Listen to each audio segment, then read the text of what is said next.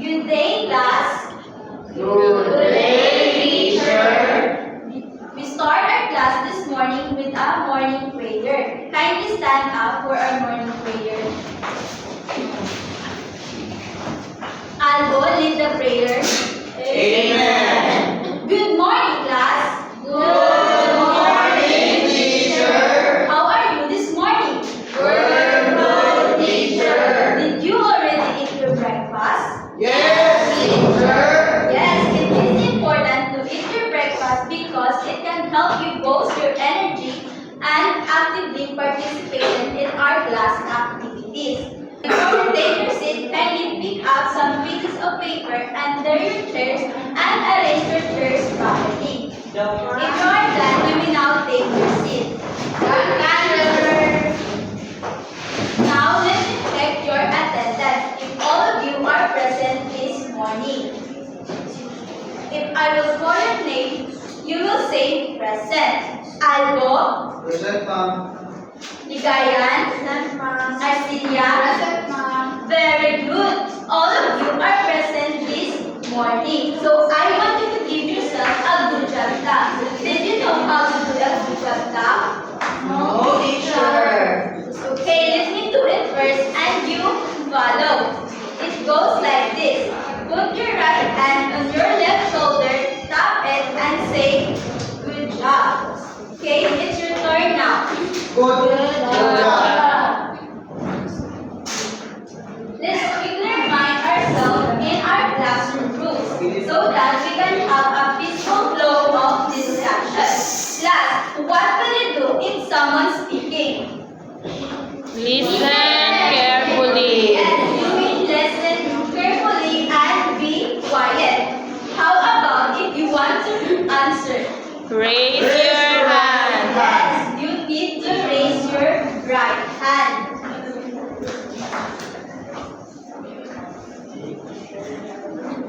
I have here a team chart.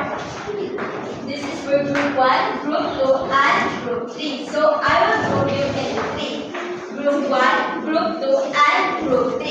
If you participate in our class activities and answer all my questions, I will put an emergency thing on your chart. So those group who receive a lot of emergency thing in their chart will receive a reward after the lesson. Before we dive deeply in our lesson this morning, let us remind first what was our topic yesterday. Who can still remember what was our topic yesterday? Yes, Albo? It's all about soil erosion. Yes, very good. It's all about soil erosion. So what is soil erosion? Yes, Ingalia? When the soil blown away or washed away from one place to another is what we call soil erosion, teacher. Yes, very good. Soil erosion is when the soil is lost or blown away. So it's called soil erosion. Okay, can you name human activities that can damage the soil? Yes, Albo? Mining. Yes, very good, mining. Since you already know what was our topic yesterday, let's move on to our new topic this morning. But before that, let's have first a game. It's called shake, cover, and hold. If I will say shake, you will shake your hands or wiggle your body. If I say cover and hold, you will protect your hand and stay still. Understand? Yes, teacher. Okay, please stand.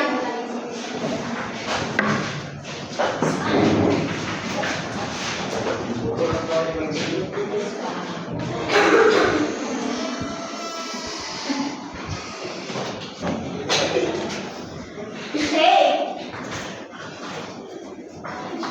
Shake. cover and hold. Shake, cover and hold. Wow, you did a great job in participating in our game this morning. Now you may take your seat. Thank you, teacher. I know,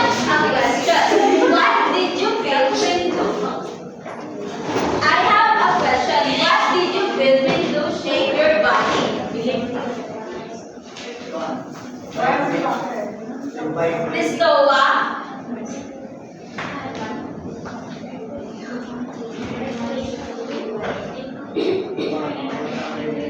What did you feel when you do shake your body?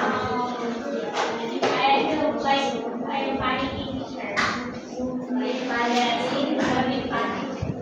Okay, when you shake your body, you will feel shaky or it's just like our topic this morning. If that thing occurred, you will feel shaky.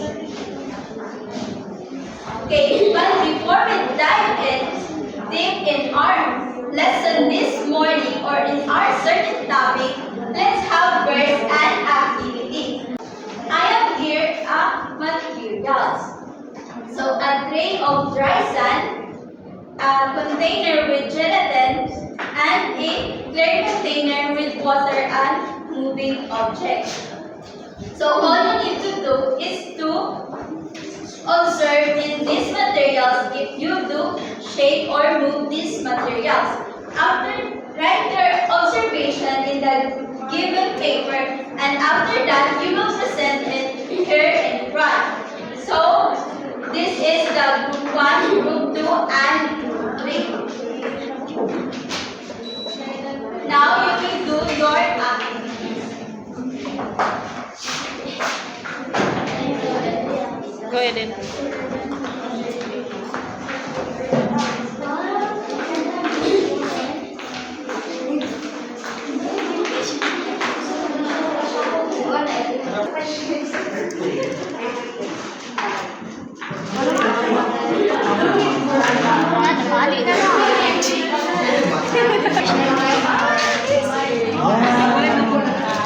Wow! OMG!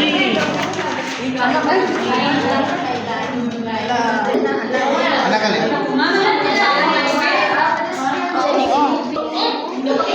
Are you done? Yes, yes. Now you will present your activity. The first thing you will present is the group 1 followed by group 2 and the group 3. Now you will start present. Morning.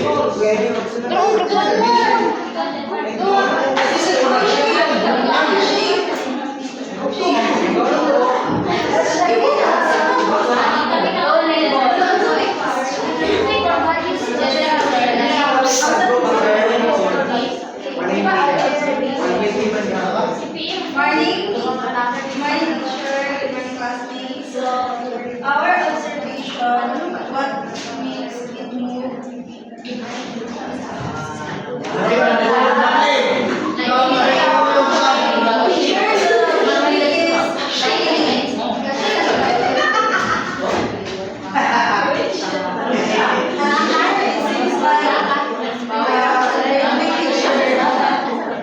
Okay, very good. Now next is the group 2. I observe when I take this. The object inside will move one place to another. Like the motor, dito na sa balik or sa pero matabanda sa kanan. Okay, wow, very good observation. Now, group 3.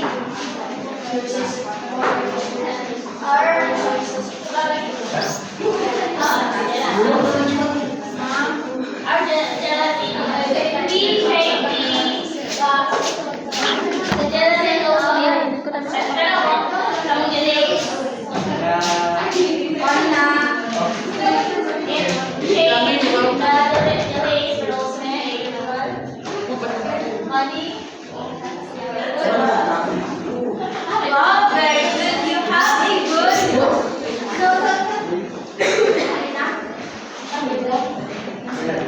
Okay na. Wow, very good. All of you has a good observation. Now I have a question. In that activity, what object wiggle the most? Water. Moving object. Yes, I know. Mga object na wala ito na lumong pesa.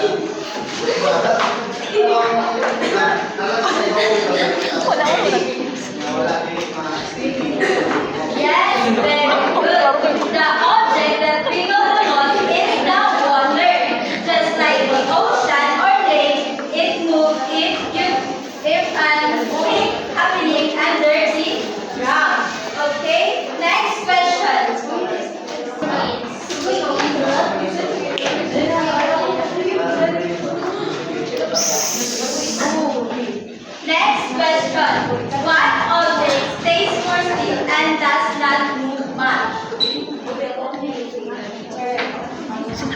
Yes, John Mark. Soil teacher.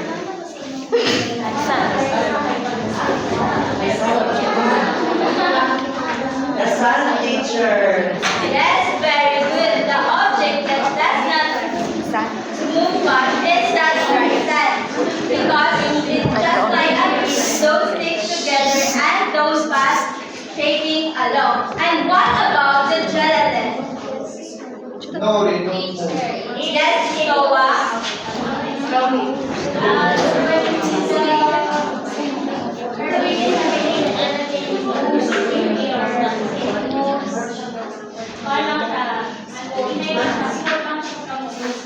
Yes, very good. The gelatin only moves slowly as it bends. You did a great observation in this activity class. You may now give yourself a round of applause. According to our activity earlier, what would be our topic this morning? Yes, Ingalia? I think our topic today is soil or Very good. Our topic this morning is about earthquakes. But before we dive in our certain topic this morning, let us read first our learning objectives.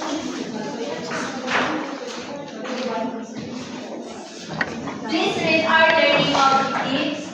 Explain how the behavior of materials, substances, and water in the experiment mirrors real world geological changes during an earthquake. Write down the list of necessary safety preparations and emergency protocols to be followed before, during, and after an earthquake. Apply knowledge of geological hazards to correctly match scientific description of events with their corresponding terms. or visualize. Okay, those are our learning objectives that we will achieve this lesson this morning. So for more explanation about this first topic, let's call on Teacher Rosalie.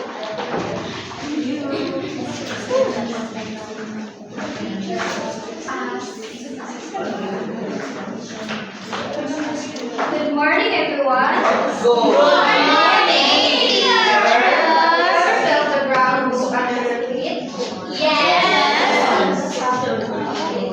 Hey, maybe you were sitting in class or playing at home, and suddenly everything started to shake. Okay. That, my students, is an earthquake, or what you can call a tremor.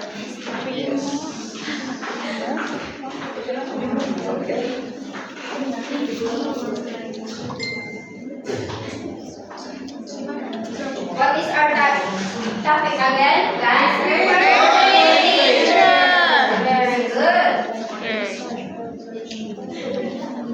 Now,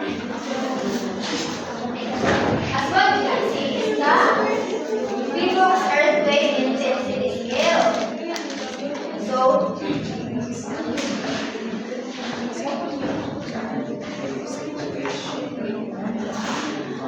as what we observed lately, what is earthquake? Ano? Earthquake is when the ground is moving. Good. It is an earthquake or what you can call a tremor. Here in the Philippines, we experience this quite often. Can anyone guess why? Because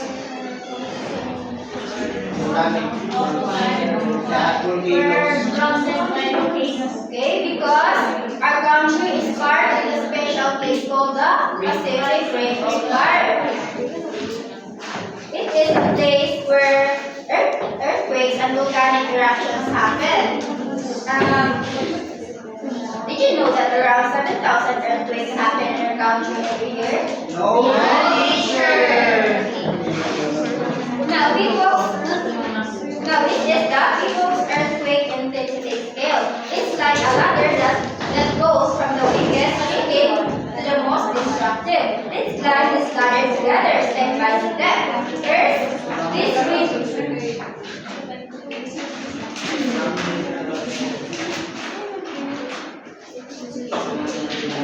Everyone, please read the first description of the intensity scale number 1. Ground rupture.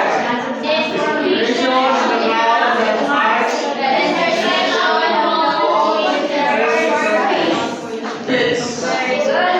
That is the ground rupture. For example, imagine the ground suddenly there's open like a zipper. A crack appears across the ground. Now, can you give an experience, for example, of ground rupture where the ground suddenly there's open?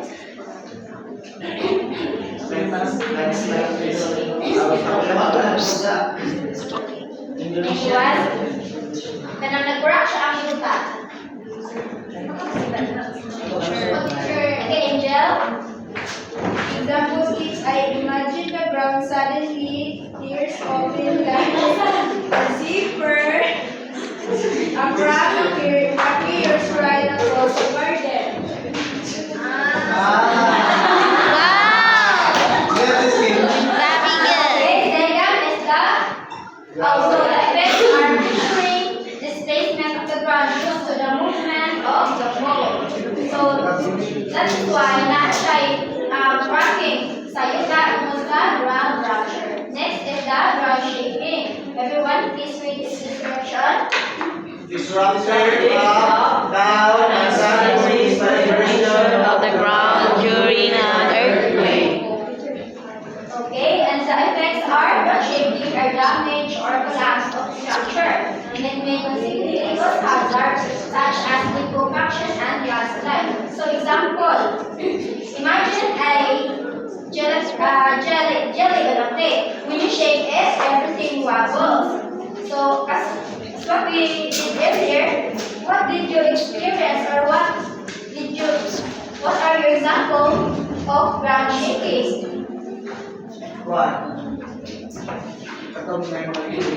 Asayas?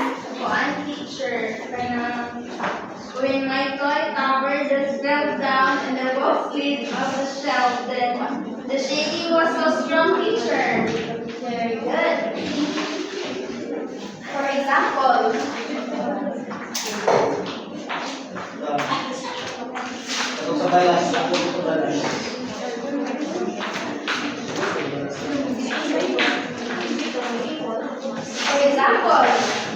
what we said earlier, imagine a jelly on a plate. When we shake it, everything wobbles. So that is the ground shaking. Next is the liquefaction. Everyone, please read. Phenomenon wherein sediments, especially near bodies of water, behave like liquids similar to a quicksand. So liquefaction is the phenomenon where sediments, especially near bodies of water, behave like liquids similar to a quicksand. As we did earlier, the sand. And its effects are sinking and or tilting of structure above it, sand wall, and fissuring. So for example, imagine a wet sand turned into pudding. That is liquefaction. Now can you give me an example of an experience or an example of liquefaction as what we did earlier in the sand?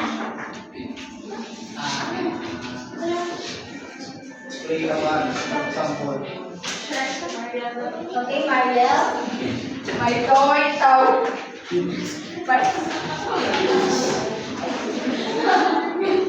Our 3 hours. Our 3 hours. Our tree house is tilting sideways and looks sand and water running up like a volcano of mud. Very good. So, example. As what we said earlier, imagine a wet sand turns into padding. Example, this is the wet sand and it turns into padding. That is, and when you shake it,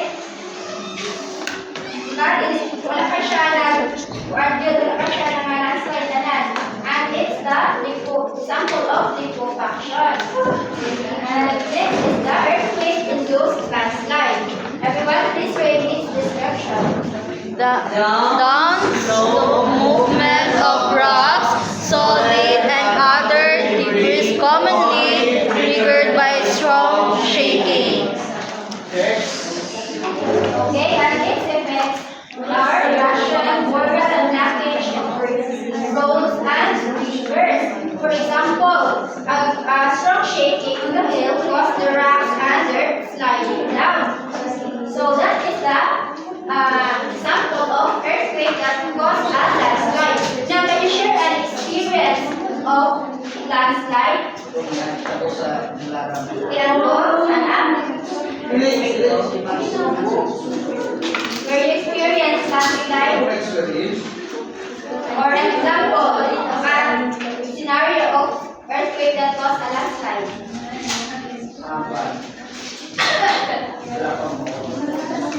Okay, next we have the tsunami. Everyone please read this description. Tsunami. Series of waves caused commonly by an earthquake under the sea. So, and its effects are flooding, coastal erosion, drowning of people, and damage to properties. So, for example, an earthquake under the ocean caused an earthquake under the ocean pushed the giant waves toward the shore, or that is what's called in our language the Baha. So that is an example of tsunami. It is a flooding and coastal erosion, drowning of people, and damage to properties. So can you share an experience of or an example about tsunami? Yes? Wala ko experience. Wala ko kita sa teacher na may sa Pilipinas sa mga video. Yes. Okay, Nanda. Yes. Okay, very good. It happens anywhere in the Philippines and in other countries. So,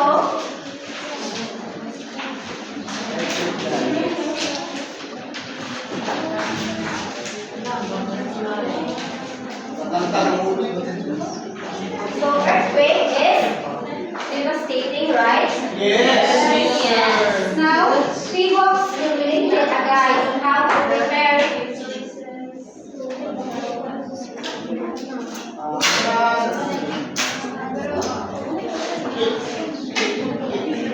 So the three books were related a guide on how to prepare before, during, and after an earthquake.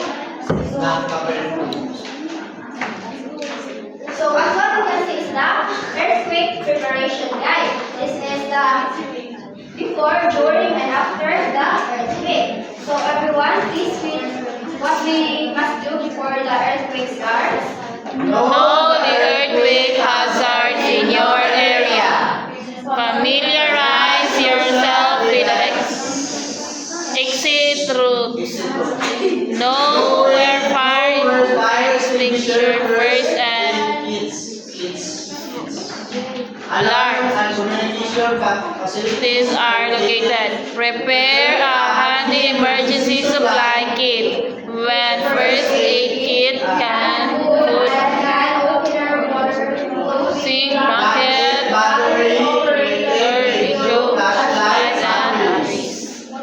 jury. Stay calm when you are inside a building or home. Stay there. Do the dump, cover, and hold. Dump under a sink.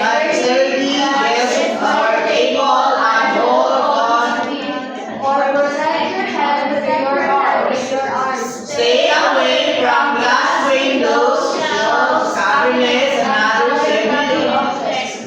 If If you're outside, move Move to an open area. Stay away from trees, power lines, poles, and concrete structures. After, be prepared for aftershocks once the shaking stops. Take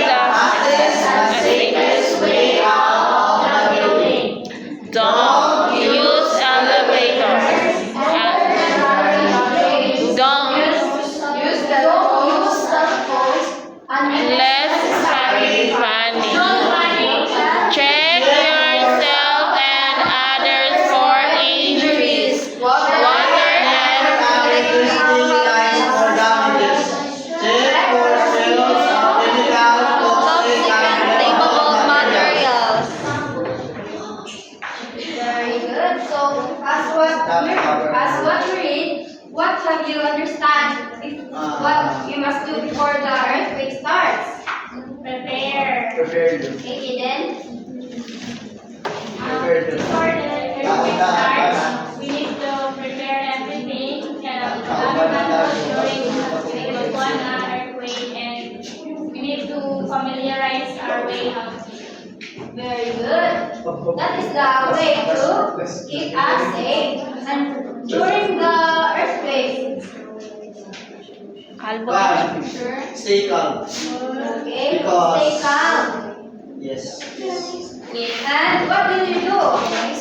Cover under the table. Okay, Albo, can you do the cover? Sure, maayon na siya. Albo, agragay ka. So, and after? What will you do after an earthquake Be happens? prepared. Check. Sure.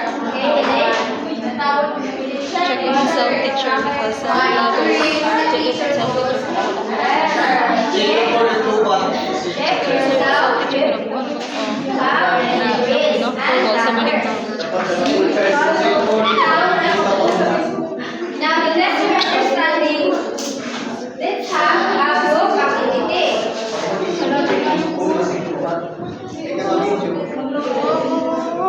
Now, class, please listen for the instructions. Acting as a shifting chef, safety officer, design a ready to roll earthquake preparedness plan and executed emergency kit checklist tailored specifically for your homes, layout, and your family's unique needs, including pets or elderly members.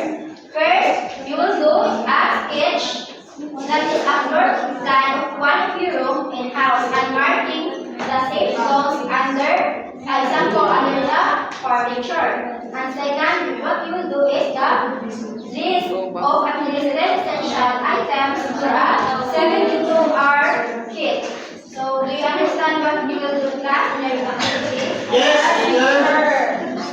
Now, we also have makers area in doing your activity and this will be done.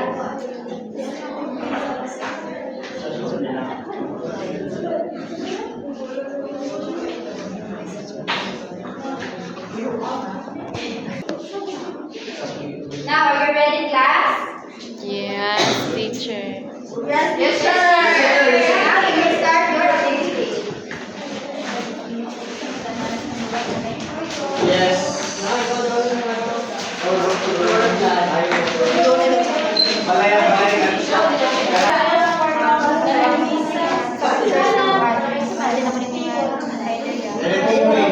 Sabon mga furniture na ilamig sa pakabinet.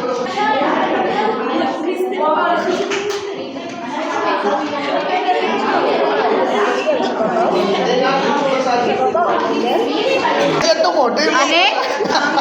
Ane? Wow! Sa kabinet. Kami na lang na. Bintana sa bintana na. Bintana man lang. Ano man? Ay, bintana.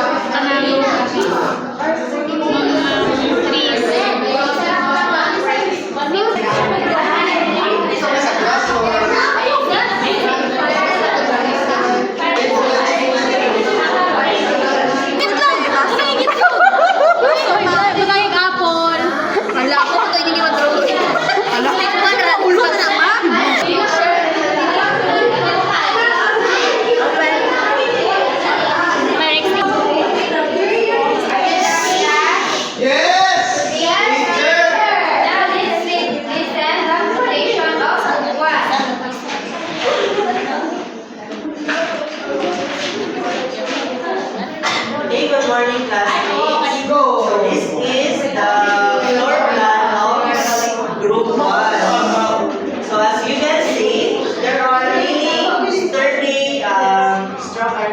sturdy things inside the house, but only the tables can be used for protection since we can go under it. Now, here are the 10 essential items when an earthquake strikes. First is a first aid kit. Second, water, plastic, bottled water, flashlight, canned foods, a power bank, clothing necessities, extra money, whistle, a bucket where we can put all the items, and a checklist for hotline numbers. That's all.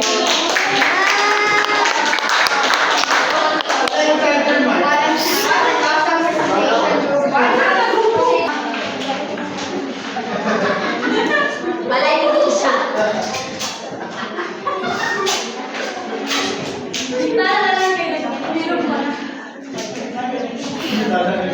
So, kasi ito mga ang floor, ang safety na to sa mga kayang kusina. Sa langis Pabilis na kusina. Tapos, ang sa essential guys, here is the less essential. Canned goods, flashlight, medicine, battery, monthly power bar, important documents, Bible, clothes, or rice cooker.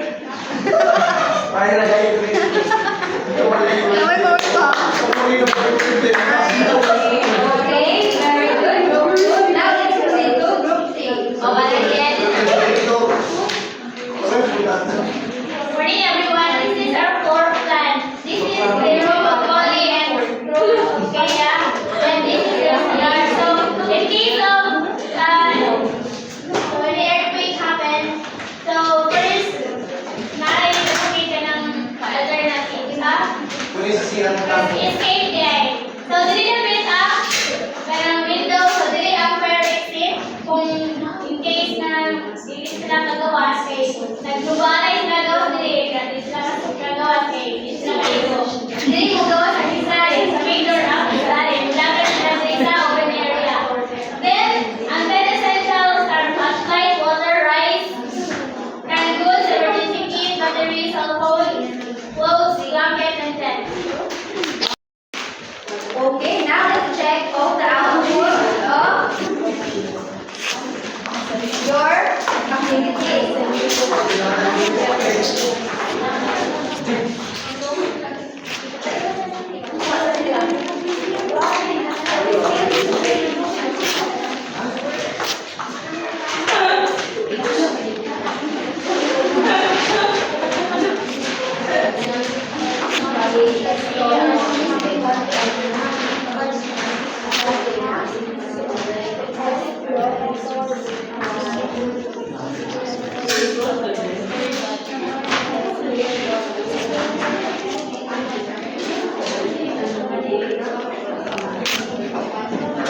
Okay, now this is the output of group 1, group 2, and group 3. For group 1, floor plan and accuracy.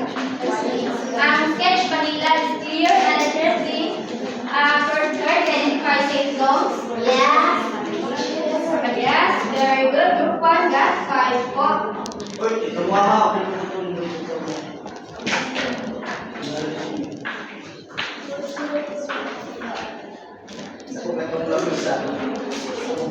Group 1 got 5 points. How about group 2?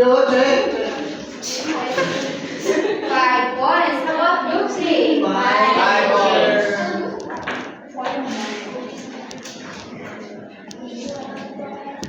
For the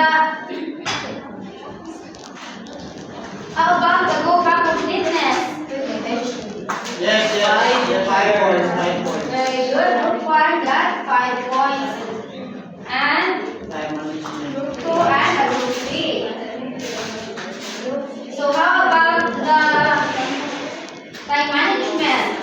Yes, 5 points. Group 1, complete ba? Yes, Sure. Yes.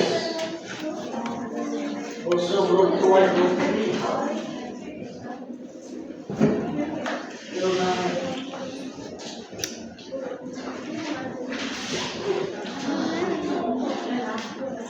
Okay, and the organization and presentation. Yes. Very good. Group 1, 2, and 3 got 5 points. So each group got 20 points. So everyone, give yourself a round of applause. Okay, based on our activities, what do you need to know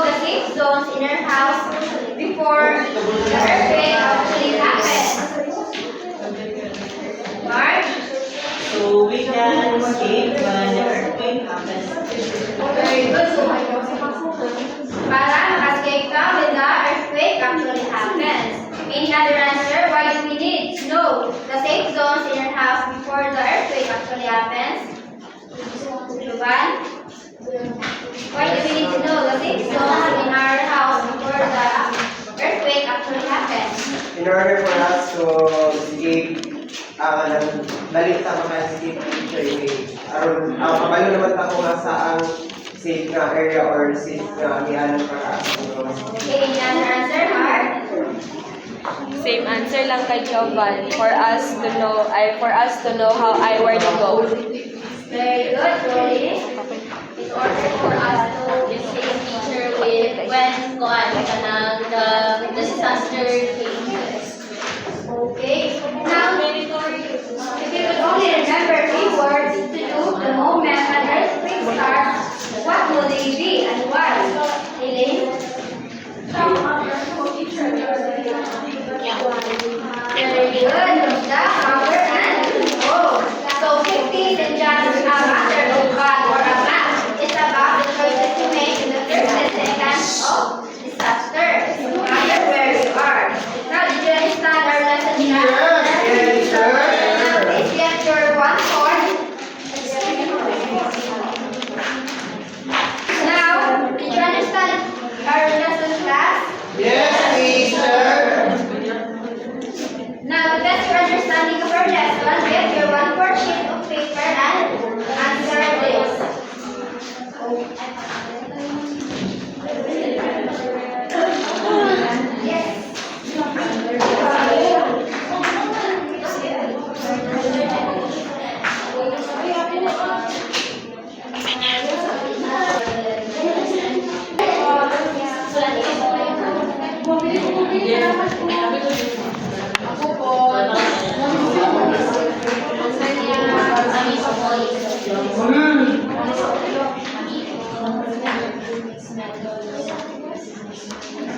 So, number 1.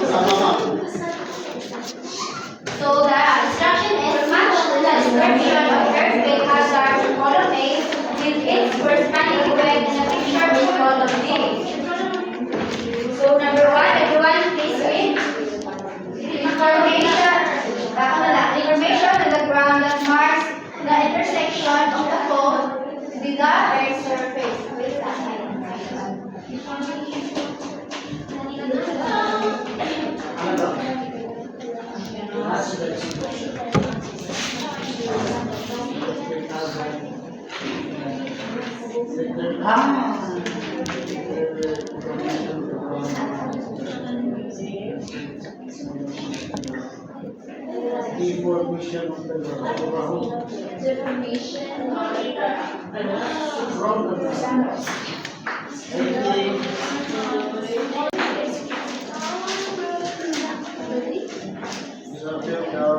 It is the disruptive up, down, and sideways vibration of the ground during an earthquake.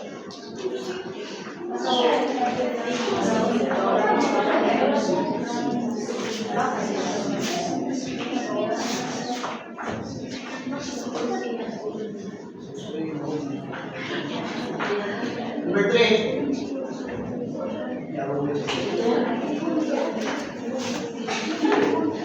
Okay, let's proceed to the number 3. It is the phenomenon where sediments, especially near bodies of water, behave like liquid similar to a gray sand.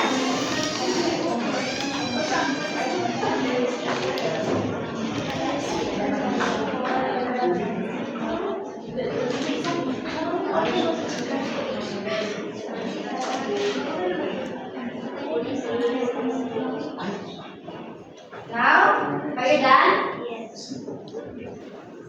Yes. For number 4, down slow movement of rock, solids, and other debris commonly triggered by strong shaking.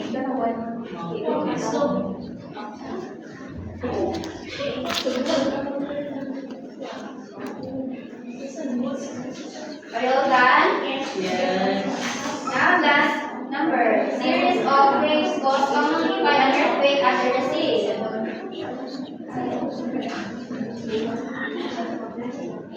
Check. Are you all done? Yes, teacher. Very good. Now let's check your answer.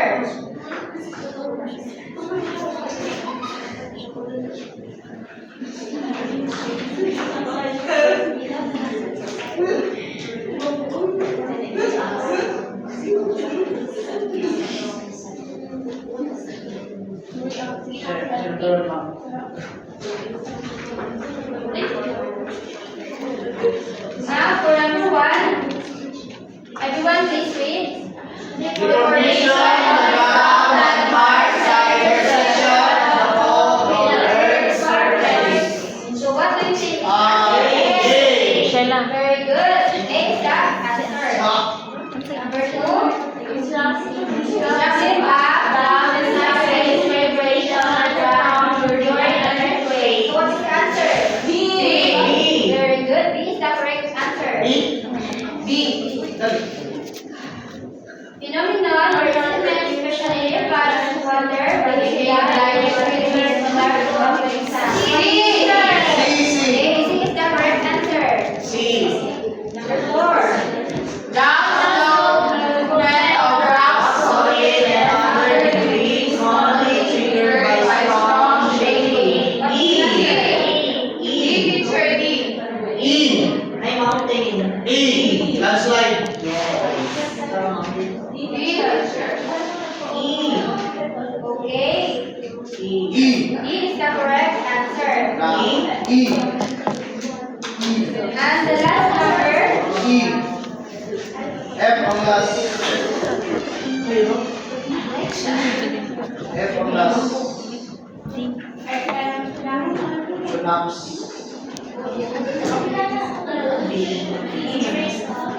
Please read everyone. Series of waves caused by an earthquake under the sea. What is your answer? Okay, F is the correct answer.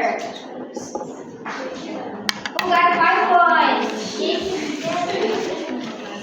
Okay, everyone, please pass the paper in front.